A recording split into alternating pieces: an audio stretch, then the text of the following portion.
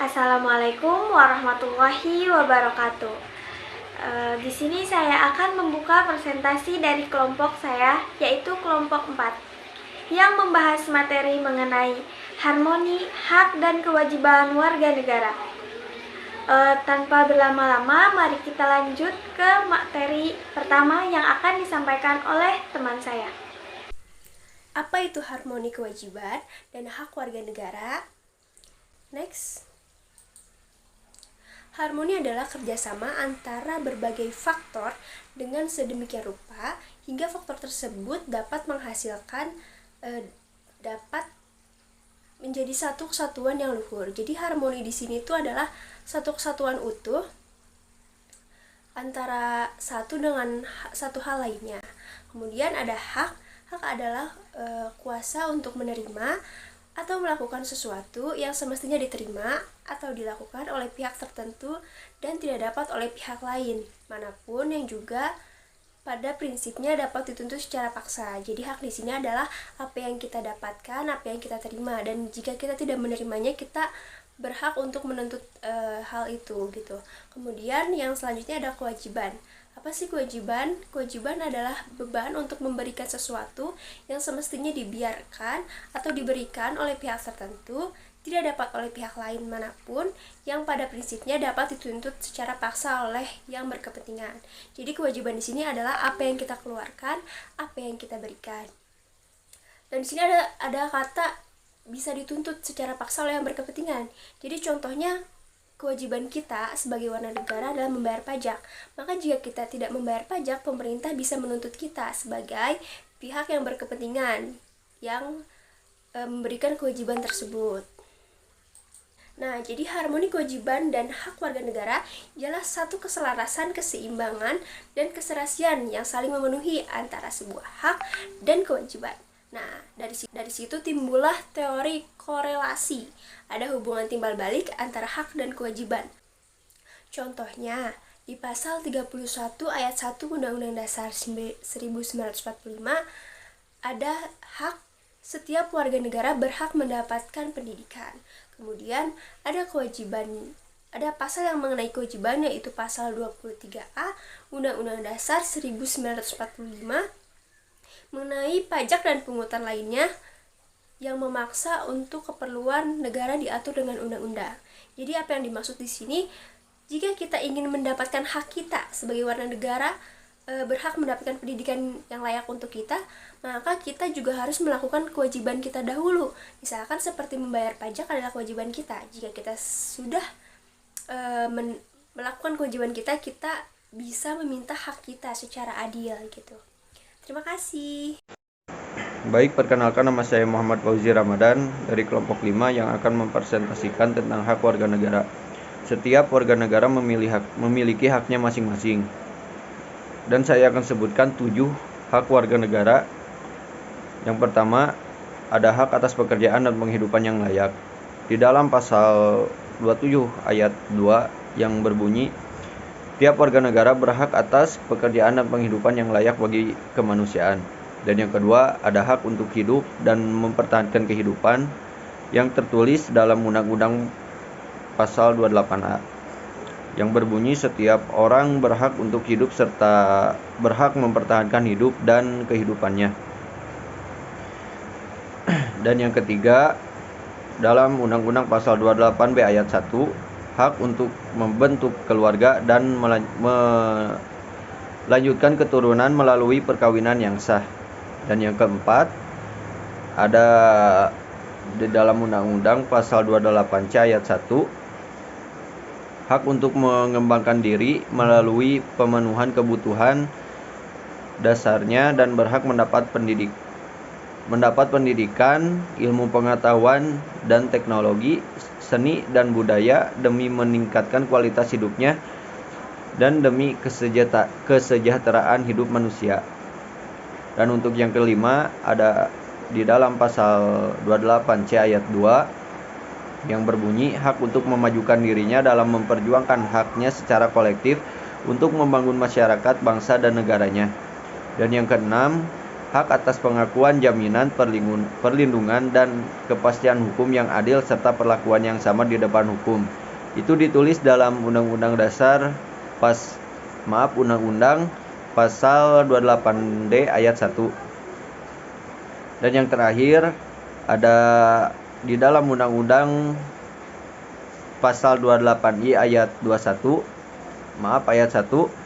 hak untuk mempunyai hak milik pribadi, hak untuk hidup, hak untuk tidak disiksa, hak kemerdekaan pikiran dan hati nurani, hak beragama, hak untuk tidak diperbudak, hak untuk diakui secara pribadi di hadapan hukum, dan hak untuk tidak dituntut atas dasar hukum yang berlaku surut adalah hak asasi manusia yang tidak dapat dikurangi dalam keadaan apapun. Sekian dari saya. Dilanjut ke materi yang akan saya sampaikan, yaitu mengenai kewajiban warga negara. Kewajiban warga negara itu dibagi menjadi beberapa. Yang pertama yaitu warga negara wajib mentaati hukum yang diatur dalam pasal 27 ayat 1 Undang-Undang Dasar 1945 yang berbunyi segala warga negara bersama kedudukannya dalam hukum dan pemerintahan dan wajib menjunjung hukum dan pemerintahan itu dengan tidak ada kecualinya. Jadi, sebagai warga negara, kita harus mentaati hukum. Contoh mentaati hukum yaitu dengan cara membayar pajak. Itu adalah salah satu contoh untuk mentaati hukum. Yang kedua yaitu wajib serta ikut dalam pembelaan negara yang diatur dalam pasal 27 ayat 3 Undang-Undang Dasar 1945 yang berbunyi setiap warga negara berhak dan wajib ikut serta dalam upaya pembelaan negara. Apa sih contoh pembelaan negara bagi kita selaku mahasiswa?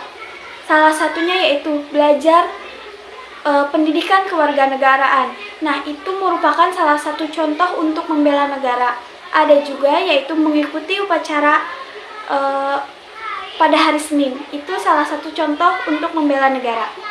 Yang ketiga yaitu wajib menghormati hak asasi orang lain yang diatur dalam pasal 28J ayat 1 Undang-Undang Dasar 1945 yang berbunyi setiap orang wajib menghormati hak manusia lain dalam tertib kehidupan berbangsa, bernegara, dan bermasyarakat.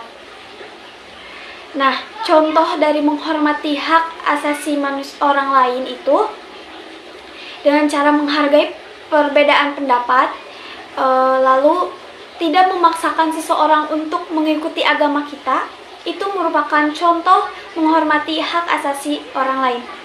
Yang keempat yaitu wajib tunduk terhadap pembatasan yang ditetapkan oleh undang-undang yang diatur dalam pasal 28J ayat 2 yang berbunyi dalam menjalankan hak dan kewajibannya, setiap orang wajib tunduk kepada pembatasan yang ditetapkan dengan undang-undang dengan maksud untuk menjalin pengakuan serta menghormati hak atas hak kebebasan orang lain dan untuk memenuhi tuntutannya yang adil sesuai dengan pertimbangan moral, nilai-nilai agama, keamanan, dan ketertiban umum dalam suatu masyarakat demokratis. Jadi contoh dalam wajib tunduk kepada pembatasan yang ditetapkan undang-undang itu, jadi kita itu harus mentaati undang-undang karena di negara kita itu negaranya demokratis ya, jadi diatur oleh hukum. Seperti itu. Lanjut ke poin yang kelima yaitu wajib ikut serta dalam usaha pertahanan dan keamanan negara yang diatur dalam pasal 30 ayat 1 Undang-Undang Dasar 1945 yang berbunyi setiap warga negara berhak dan wajib ikut serta dalam usaha pertahanan dan keamanan negara. Nah, contoh dari usaha pertahanan dan keamanan kita sebagai warga negara itu salah satunya bergotong royong, bermusyawarah, itu salah satu bentuk untuk kita membela negara. Sekian dilanjutkan oleh teman saya. Perkenalkan, nama saya Tina Siti Nurasipa. Di sini saya akan meneruskan penjelasan dari teman-teman saya. Di sini saya akan menjelaskan tentang fungsi, hak, dan kewajiban warga negara. Warga negara memiliki hak dan kewajiban sebagaimana fungsinya. Warga negara guna menjaga kestabilan di dalam bangsa. Nah, secara garis besar, hak dan kewajiban asasi penduduk negara telah tercantum dalam Undang-Undang Dasar 1945, Pasal 27 ayat 1 hingga 3. Nah, dan juga dalam Undang-Undang Dasar 1945 Pasal 28A hingga J. Secara garis besarnya lagi ya, fungsi dari hak warga negara adalah memberikan wewenang warga negara kepada orang-orang, dan tujuan dari pemberian hak adalah kepada diri sendiri. Dan juga fungsi kewajiban warga negara berfungsi untuk memberikan tugas yang wajib dilaksanakan oleh individu yang diistimewakan oleh hak-hak yang dimiliki dan bertujuan kepada sebagian besar masyarakat umum. Nah, selanjutnya di sini saya akan menjelaskan fungsi umum dan fungsi khusus. Fungsi umumnya yaitu pertama, menjaga kestabilan negara. Nah, yang kedua, memberikan kewajiban yang harus dilaksanakan oleh warga negara. Yang ketiga, memberikan wewenang warga negara. Selanjutnya itu fungsi khusus. Yang pertama mendapatkan perlakuan dan fasilitas yang sama dalam berbagai aspek. Yang kedua, menghormati hak asasi manusia antar warga negara. Nah, yang ketiga, mendapatkan hak sebagai warga negara yang selayaknya. Sekian penjelasan yang dapat saya sampaikan. Nah, baik. Perkenalkan, nama saya Dawam Nasyuruddin Haq, akan menjelaskan terkait bagaimana sih bila sebuah negara tidak memiliki aturan khususnya terkait aturan hak dan kewajiban warga negaranya terhadap negaranya dan kewajiban negara terhadap warga negaranya. Saya akan membahas akan hal itu. Intinya itu, bila sebuah negara tidak memiliki aturan hak dan kewajiban warga negaranya, negara tersebut dipastikan akan terjadi sebuah kehancuran di negara tersebut atau perpecah belahan karena hak dari warga negaranya tidak terpenuhi oleh negaranya, dan kemudian si warga negara tersebut, kewajiban akan warga negara tersebut terhadap negaranya tidak akan terpenuhi. Akibatnya negara tidak memiliki sebuah kepercayaan gitu dari si warga negaranya.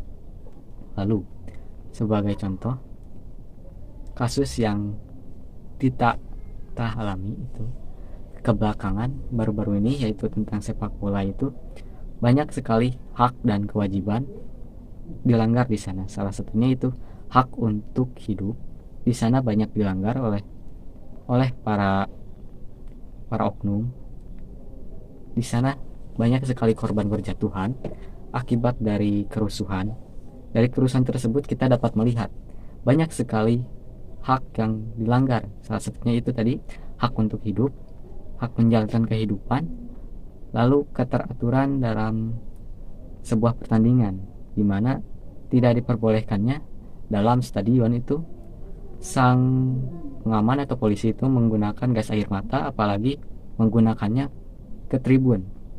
Selanjutnya yaitu sebagai contoh dalam kasus Brigadir J, di mana Sambo itu telah melanggar hak HAM, hak asasi manusia, di mana telah membunuh Brigadir J meskipun bukan dia yang membunuh, tapi dialah yang mengidekan hal itu. Selanjutnya banyak sekali. Selanjutnya yaitu kewajiban warga negara, yaitu salah satunya membayar pajak. Bila pajak tidak terpenuhi, pendapatan atau value dari sebuah negara tidak akan tercukupi. Salah satu dari fungsi pajak yaitu membayar hutang-hutang negara terhadap negara lain. Bila hutang tidak terlunaskan, akan terjadi sebuah inflasi atau sebuah bencana lain. Salah satunya yaitu krisis moneter.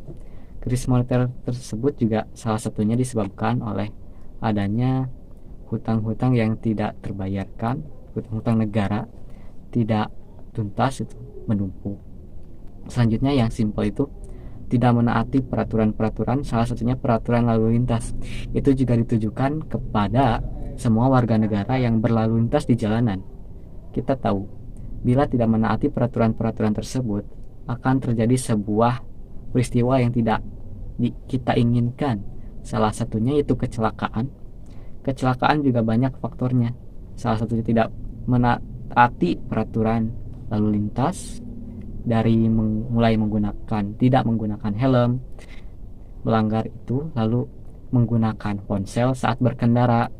Selanjutnya tidak menaati rambu-rambu lalu lintas.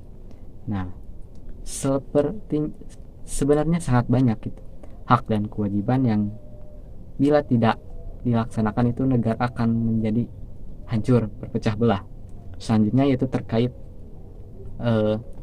warga negara yang tidak membela akan negaranya atau bangsanya juga pasti tentunya akan menjadi sebuah ancaman bagi negara tersebut. Bila warga negara tidak membela negaranya, bagaimana negara itu akan bertahan gitu. Kita hidup berbangsa-bangsa, banyak bangsa hidup di Indonesia. Bila setiap bangsa tersebut tidak mempertahankan Indonesia, tentunya Indonesia akan terpecah belah menjadi banyak negara, karena tiap daerah mempunyai bahasa dan sukunya masing-masing. Tapi dari sebuah semboyan, yaitu semboyan Bhinneka Tunggal Ika, kita dapat bersatu menjadi Indonesia. Nah, bila semua itu dilaksanakan, negara akan menjadi suatu negara yang kokoh, berdiri, dan maju.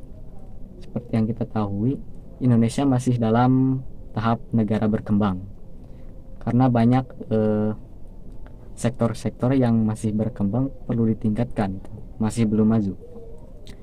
Nah, sepertinya begitu yang dapat saya sampaikan mengenai bagaimana sih sebuah negara tidak memiliki sebuah hak aturan warga negara dan kewajiban warga negara.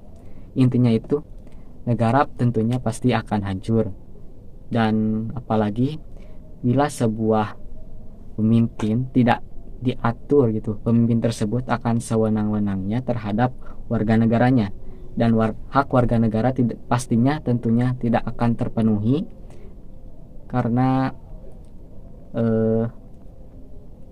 kepemimpinannya gitu. Sekian yang dapat saya sampaikan. Mohon maaf apabila ada kekurangan.